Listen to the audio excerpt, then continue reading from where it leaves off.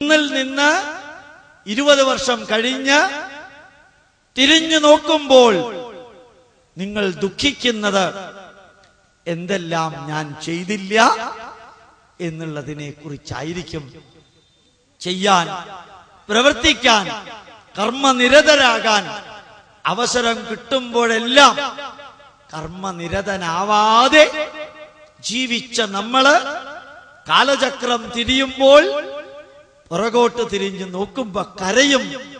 ഈശ്വര, നല്ലൊരു മനുഷ്യജന്മം കിട്ടിയിട്ട് ഞാനൊന്നും ചെയ്തില്ലല്ലോ. ദുഃഖിക്കേണ്ടി വരരുത്. എന്റെ മുമ്പിലുള്ള കുടുംബാംഗങ്ങൾക്ക് കർമ്മനിരതരാവണം. നിങ്ങൾക്ക് ഇഷ്ടമുള്ള നല്ല കർമ്മം ചെയ്യുക. തിരിച്ചൊന്നും പ്രതീക്ഷിക്കരുത്. പൊന്നാട പ്രതീക്ഷിക്കരുത്, ബൊക്കെ പ്രതീക്ഷിക്കരുത്, സർട്ടിഫിക്കറ്റ് പ്രതീക്ഷിക്കരുത്, പത്മശ്രീ പ്രതീക്ഷിക്കരുത്.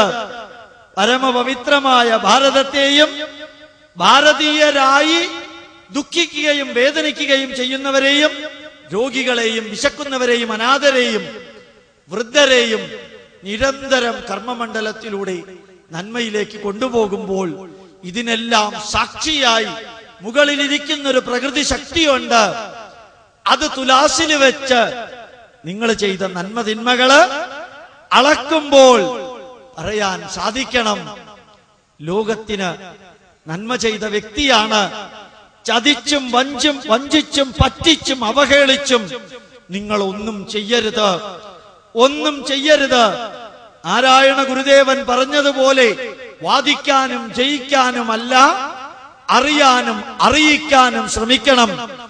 നാരായണ ഗുരുദേവൻ പറഞ്ഞതുപോലെ ആരെയും ചവിട്ടിപ്പുറത്താക്കരുത്, എല്ലാവരെയും അടിച്ച് അകത്താക്കണം. ആഴിയും തിരയും കാറ്റും ആഴവും പോലെ ഞങ്ങളും, മായയും നിൻ മഹിമയും നീയും എന്റെ ഉള്ളിലാവണം, എന്നുള്ളിലാവണം ജഗദീശ്വര.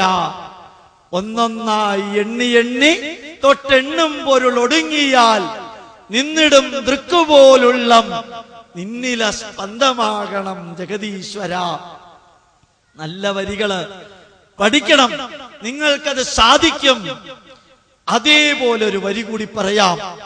ഭാരതത്തില് സനാതന ധർമ്മം അവഹേളിക്കപ്പെടുന്നു. ശക്തിയായിട്ട് പ്രധാനമായും ചെയ്യുന്നത് ക്രൈസ്തവരാണ്.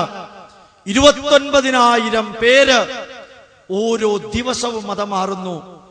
അവഹേളിച്ചും ചതിച്ചും വഞ്ചിച്ചും 69,000 കോടി രൂപ ഇതിനായി ഭാരതത്തിലേക്ക് ഒഴുകുന്നു. 42 ലക്ഷം ഫുൾ ടൈം വർക്കേഴ്സ് ഭാരതത്തെ ക്രൈസ്തവവൽക്കരിക്കാൻ നിൽക്കുന്നു. കണ്ണുകൊണ്ട് കണ്ട ഒരു കാഴ്ച, ടിവിയിൽ കണ്ടത് കേട്ടത്, ഒരു മാസം മുമ്പ് ഒരു ബിഷപ്പ് 2000-ഓളം വരുന്ന ക്രിസ്ത്യാനികളോട് കൈ രണ്ടും ഉയർത്തി പറയുന്നു, 2020 ആണ്ടാകുമ്പോൾ ഭാരത പാർലമെന്റ്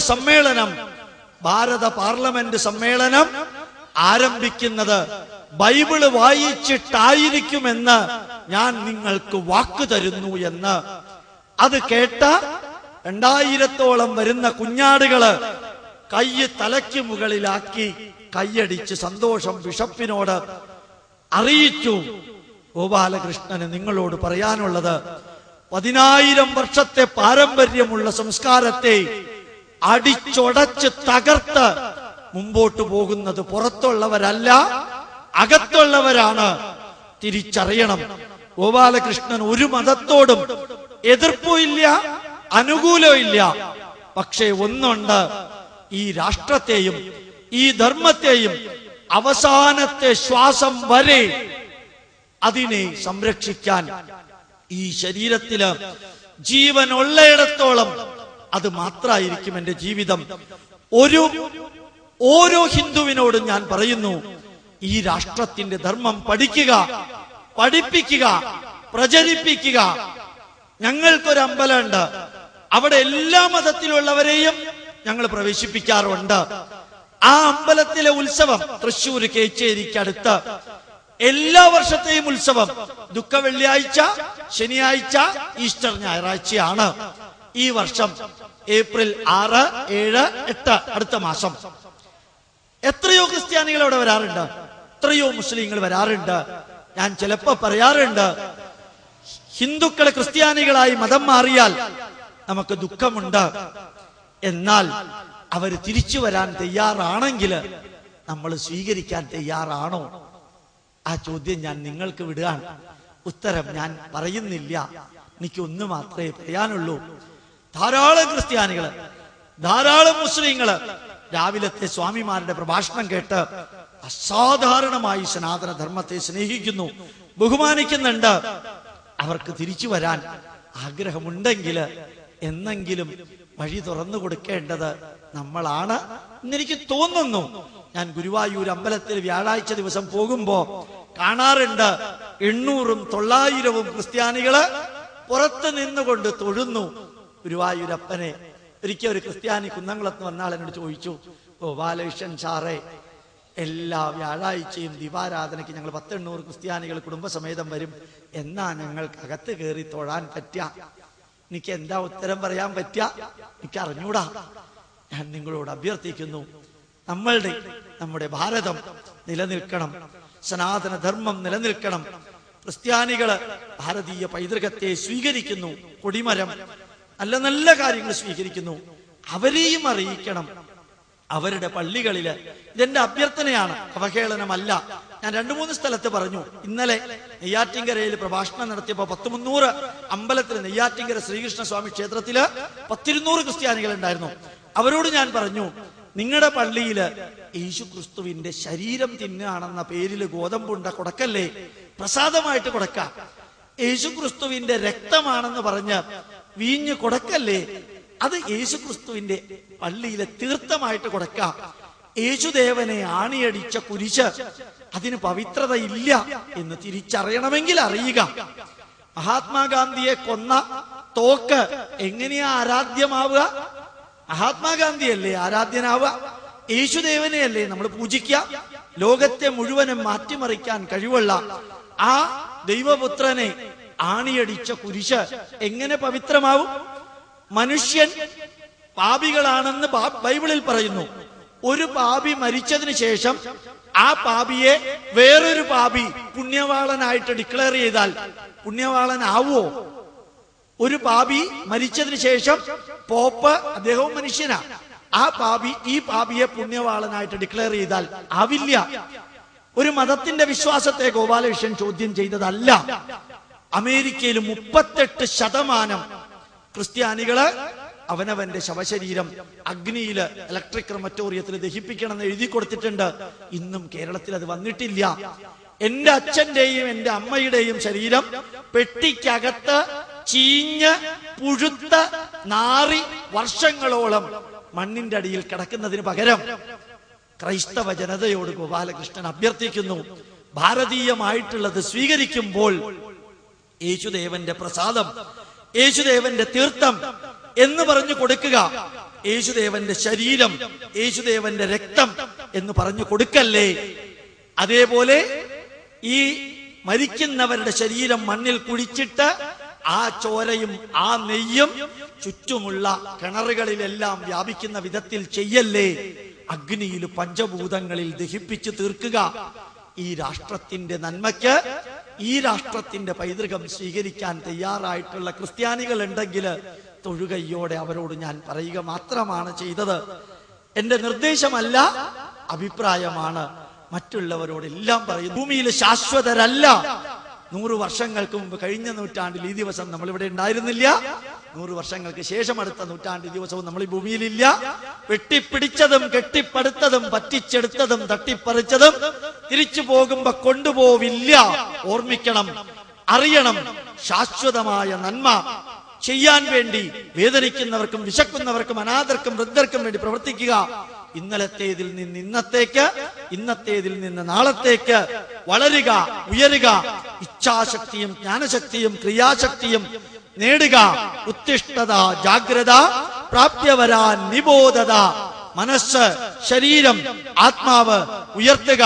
സഞ്ചിത കർമ്മബലം, ആർജിത കർമ്മബലം, പ്രാരബ്ധ കർമ്മബലം നിരന്തരം നന്മയിലൂടെ നിലനിർത്താൻ നിങ്ങൾക്ക് ജഗതീശ്വരൻ അനുഗ്രഹം ചൊരിയട്ടെ എന്ന് പ്രാർത്ഥിച്ചുകൊണ്ട് ഇത്രയും ധന്യമായ വേദിയില് ഇത്രയും ശ്രദ്ധയോടുകൂടിയിരുന്ന എൻ്റെ സുഹൃത്തുക്കളെ, കുടുംബാംഗങ്ങളെ, നിങ്ങളുടെ ഈ ഇരിപ്പ് കാണുമ്പോൾ എനിക്ക് ഒരു വരി മാത്രം ഓർമ്മ വരുന്നു. അഹം എന്ന സിനിമയില് തലപ്പാവ് കെട്ടിക്കൊണ്ട് മോഹൻലാല് കാല് നീട്ടിവെച്ച് നടക്കുമ്പോൾ പുറകിലൊരു പാട്ട് നിങ്ങൾക്ക് കേൾക്കാം. ആ പാട്ട് നിങ്ങളുടെ പലരുടെയും ചുണ്ടിലുണ്ടാവാം. അതാണ് നന്ദി ആരോട് ഞാൻ ചൊല്ലേണ്ടു, പാതിമെയ്യായ മാതാവിനോ പാതിമെയ്യായ പിതാവിനോ 10 മാസം ചുമന്ന് എന്നെ ഞാനാക്കി മാറ്റിയ ഗർഭപാത്രത്തിനോ. അറിഞ്ഞൂടാ, പക്ഷേ ഒന്ന് ഞാൻ ഉറപ്പിച്ചു പറയാം. മലയാളി അല്ലാത്ത ഗോപാലകൃഷ്ണൻ, കർണാടകത്തിൽ ജനിച്ച ഗോപാലകൃഷ്ണൻ ഈ കേരളത്തിൽ വന്ന് ഇങ്ങനെ പ്രഭാഷണം നടത്തുമ്പോൾ അത് കേട്ടും കേൾക്കാൻ അവസരമുണ്ടാക്കിയും എന്റെ മുമ്പില് സ്നേഹത്തോടുകൂടി, ബഹുമാനത്തോടുകൂടി, ആദരവോടുകൂടി ഇരുന്ന നിങ്ങളോടാണ് എനിക്ക് നന്ദി പറയാനുള്ളത്. നന്ദിയുണ്ട് എല്ലാവരോടും നന്ദിയുണ്ട്. വാക്കുകൾ കൊണ്ട് വിവരിക്കാൻ സാധിക്കുന്നതിലപ്പുറത്തുള്ള കൃതജ്ഞതയുണ്ട്.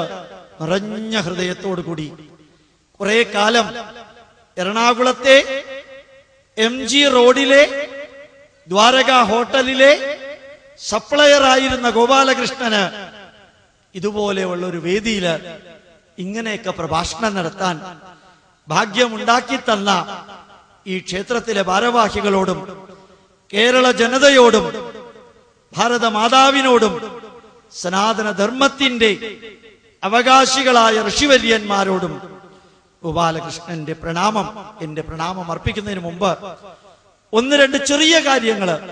നിങ്ങൾക്ക് ഇമെയിൽ അഡ്രസ് ഉണ്ടെങ്കിൽ ഇതുപോലുള്ള സന്ദേശം നിരന്തരം ലഭിക്കാൻ അവിടെ ഒരു പാത്രത്തിൽ സ്ലിപ്പ് വെച്ചിട്ടുണ്ട്, അതിൽ എഴുതിയിട്ടാൽ നന്നായിരിക്കും. ഇതേപോലെയുള്ള പ്രഭാഷണങ്ങള് യൂട്യൂബില് ഒത്തിരി അപ്ലോഡ് ചെയ്തിട്ടുണ്ട്. വെബ്സൈറ്റും ഉണ്ട് ഇൻസ്റ്റിറ്റ്യൂട്ടിന്, ഇന്ത്യൻ ഇൻസ്റ്റിറ്റ്യൂട്ട് ഓഫ് സയന്റിഫിക് റിട്ടൈനർ. 5 വേദങ്ങളും അവിടെ അവൈലബിൾ ആണ്. ലോകത്തിൽ ഒരിടത്തും നിങ്ങൾക്ക് വേദം കിട്ടില്ല. എന്റെ 2 ഓട്ടോബയോഗ്രഫി ഉണ്ട്. 80 മണിക്കൂർ മൊബൈൽ ഫോണിലിട്ട് കേൾക്കാവുന്ന 4 GB ഉള്ള ചെറിയ മെമ്മറി കാർഡ്, അതും അവിടെ ഉണ്ട്. അവിടെയുള്ള പുസ്തകത്തിനോ CD-കൾക്കോ ഒന്നിനും കോപ്പിറൈറ്റ് ഇല്ല. എത്ര കോപ്പി വേണമെങ്കിലും എടുത്ത് ആർക്ക് വേണമെങ്കിലും കൊടുക്കുക. അതെല്ലാം ഈ ഭാരതത്തിന്റെ സന്ദേശമാണ്. ഗോപാലകൃഷ്ണൻ പറഞ്ഞു എഴുതിയെന്ന് മാത്രമേ ഉള്ളൂ. അതുകൊണ്ട് തന്നെ എനിക്ക് സന്തോഷമുണ്ട്, സംതൃപ്തിയുണ്ട്.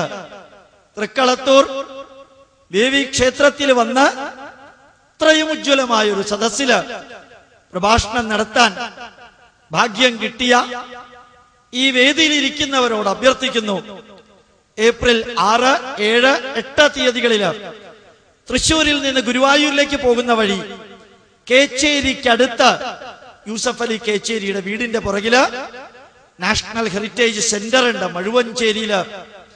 3 ദിവസവും താമസിക്കാൻ സൗകര്യവും ഭക്ഷണവും ആത്മീയതയും ഇതേപോലെയുള്ള സന്ദേശങ്ങളും പൈതൃക കലകളും 3 ദിവസവും രാവിലെ തൊട്ട് വൈകുന്നേരം വരെ ഉണ്ടാവും.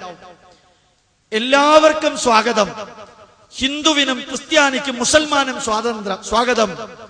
ഇടതുപക്ഷത്തിനും വലതുപക്ഷത്തിനും മധ്യപക്ഷത്തിനും സ്വാഗതം. ഈശ്വര വിശ്വാസിക്കും നിരീശ്വരവാദിക്കും യുക്തിവാദിക്കും സ്വാഗതം. ഞാൻ തന്നെയായിരിക്കും ആത്മീയ കർമ്മങ്ങൾ ചെയ്യുന്നത്. മറ്റൊരാളെ കൊണ്ട് ചെയ്യിപ്പിക്കുകയല്ല, ഞാൻ തന്നെയായിരിക്കും നിങ്ങളെ കൊണ്ട് ചെയ്യിപ്പിക്കുക. സന്ദേശങ്ങൾ നൽകുന്നത് ഞാൻ തന്നെയായിരിക്കും. നിങ്ങൾക്ക് സാധിക്കുമെങ്കിൽ വരിക. 3 ദിവസം ബുദ്ധിമുട്ടാണെങ്കിൽ 2 ദിവസം, അതും ബുദ്ധിമുട്ടാണെങ്കിൽ 1 ദിവസം. അതേപോലെ ജൂലൈ മാസം 18-ാം തീയതി കർക്കിടകത്തിലെ കറുത്ത വാവാണ്. രാവിലെ 4 മണി മുതൽക്ക് ഉച്ചയ്ക്ക് 12:15 വരെ പിതൃകർമ്മം നടത്തുന്നുണ്ട്. ഞാൻ തന്നെയാണ് നടത്തിക്കുക. കഴിഞ്ഞ വർഷം 7000 പേരുണ്ടായിരുന്നു. ഈ വർഷവും അതിന് സൗകര്യം ഉണ്ടായിരിക്കും. ജൂലൈ മാസം 18-ാം തീയതി ധന്യമായ ഈ സദസ്സിലിരിക്കുന്ന എന്റെ പ്രിയപ്പെട്ട കുടുംബാംഗങ്ങൾക്കും ഈ പ്രഭാഷണം സംഘടിപ്പിച്ച തൃക്കളത്തൂർ പള്ളിമറ്റത്ത് ദേവീക്ഷേത്രത്തിലെ ഭാരവാഹികൾക്കും എല്ലാവർക്കും വേണ്ടി നിറഞ്ഞ കൈകളോടുകൂടി പ്രാർത്ഥിക്കുന്നു. ദീർഘ ആയുരാരോഗ്യ ഐശ്വര്യാണാം അഭിവൃദ്ധിരസ്തു ഉത്തരോത്തരാഭിവൃദ്ധിരസ്തു ഇതി അഹം പ്രാർത്ഥയാമി. ദീർഘായുസ്സും ആരോഗ്യവും ഐശ്വര്യവും സമ്പൽ സമൃദ്ധിയും ജഗതീശ്വരൻ നിങ്ങൾക്കും നിങ്ങളുടെ കുടുംബാംഗങ്ങൾക്കും നൽകട്ടെ എന്ന് പ്രാർത്ഥിച്ചുകൊണ്ട് ഗോപാലകൃഷ്ണന്റെ പ്രണാമം പ്രണാമം പ്രണാമം. നമസ്കാരം.